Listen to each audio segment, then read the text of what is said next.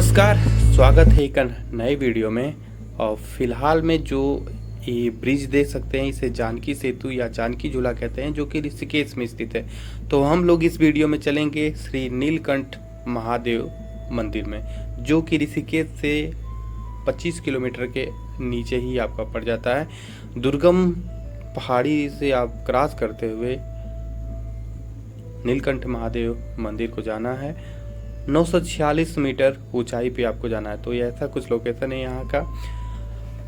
नीलकंठ महादेव की मान्यता है कि श्रुति स्मृति पुराण के अनुसार जब देव और दानवों में समुद्र मंथन हो रहा था, उसमें से निकले थे 14 रत्न, और उन 14 रत्नों में सबसे खराब निकला था यानी विष जिसे कहते हैं। और भगवान शंकर जी ने विष का प्याला अपने पिया था, और उसकी ज्वलंता को शांत करने के लिए यहाँ पे यानी उत्तराखंड के 2 नदी हैं, एक पंकजा और मधुमती नदी के संगम के समीप पंचपड़ी नामक वृक्ष के नीचे 60,000 वर्ष तक इन्होंने तपस्या की।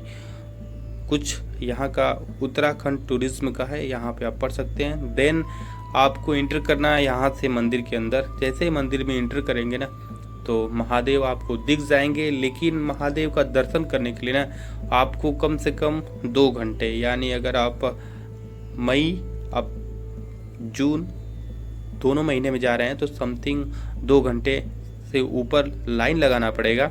समुद्र मंथन का दृश्य कुछ यहाँ पे है। तो सीधे आपको नहीं जाना है, अभी भी हम लोग को कम से कम 50 मीटर ऊंचाई पे चढ़ना है और समथिंग 300 मीटर दूरी जाना है, तब जाके लाइन में हम लोग लगेंगे।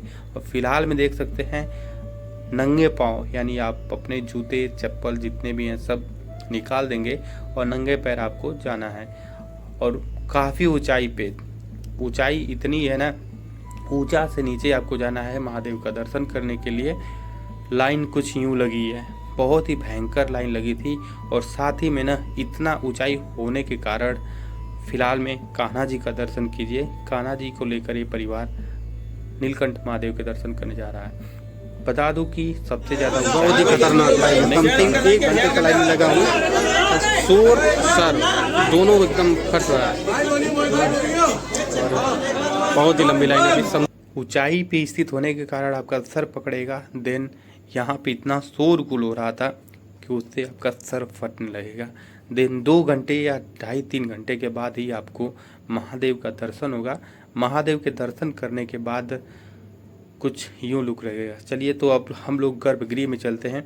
और ये जो शिवलिंग है ना, ये कंठ के आकृति के अनुसार बनाया गया है। गर्भगृह के अंदर का कुछ दृश्य आपका यूँ दिखेगा। और यहाँ पे सख्त लिखा गया है कि फ़ोटो खींचना मना है। अंदर भी आपको लाइन बहुत भयंकर लगेगी। देन मंदिर में किन किन का मंदिर है, यानी किन भगवानों का मंदिर है, तो सामने आपको दिख रहे हैं हनुमान जी, इसके बाद माता दुर्गा जी, गणेश भगवान। इसके बाद जैसे ही गणेश भगवान के बाद आपको गर्भगृह में इंटर करना है। गर्भगृह में जाते ही आपको सबसे पहले दिखेगा मुख्य द्वार। मुख्य द्वार से पहले ही नंदी महाराज मिलेंगे, जिनके कानों में अपनी मान्यता फूंक देना, अपनी जो है फूंक कर आप बाहर इंटर कर देंगे। भीड़ बहुत ज़्यादा थी इसलिए वहाँ का फुटेज नहीं मिल पाया। देन आपको बाहर का कैंपस कुछ ऐसा दिखेगा, समुद्र मंथन, और यहीं पे स्थित है भगवान शंकर की विष पीने वाला।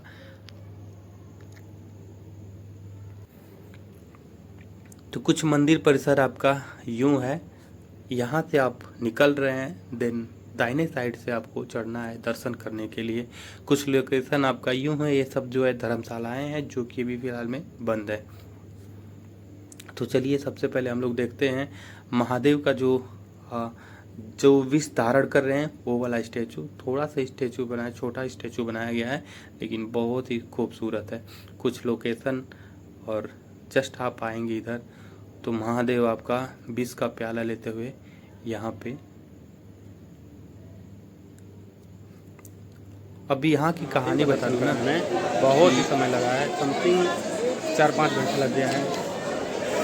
और यहाँ पे भीड़ ना मतलब ज़्यादा दूर नहीं है, लेकिन लाइन चल नहीं रही थी, पब्लिक कितनी ज़्यादा है। यहाँ की कहानी भगवान शंकर जब विष को पिए और उसकी ज्वलंता को शांत कराने के लिए ना पंकजा और मधुमती नदी के संगम के समीप पंचपड़ी नामक एक वृक्ष के नीचे 60,000 वर्ष तक इन्होंने ध्यान स्थिति में थे, तब जाके इनकी ज्वलंता साफ हुई। और वहीं पे यानी जब कैलाश पर्वत पे लौट रहे थे तब जाके इन्होंने अपने हाथ से कंठ के अनुसार जो शिवलिंग की स्थापना की, जो कि वर्तमान में अभी भी यहाँ पे वो लिंग पड़ा हुआ है। कुछ लोकेशन पहाड़ों के नीचे का दृश्य आपका यूं है। एक मंदिर और आपको दिखाई देगा, वहीं से छोटा सा मंदिर है लेकिन बहुत ही खूबसूरत है। तो वहाँ पे आप यहाँ पे इतने थक जाएंगे कि वहाँ पे जा नहीं पाएंगे, तो थोड़ा सा उसका भी हम लोग दर्शन कर लिया जाए यहीं के माध्यम से। कुछ लोकेशन आपका यूं है, बाहर बीचों बीच पहाड़ों के नीचे महादेव जो है विराजमान है, और दूसरा मंदिर यहाँ पे है। तो आज की वीडियो यहीं समाप्त हुई। वीडियो को आप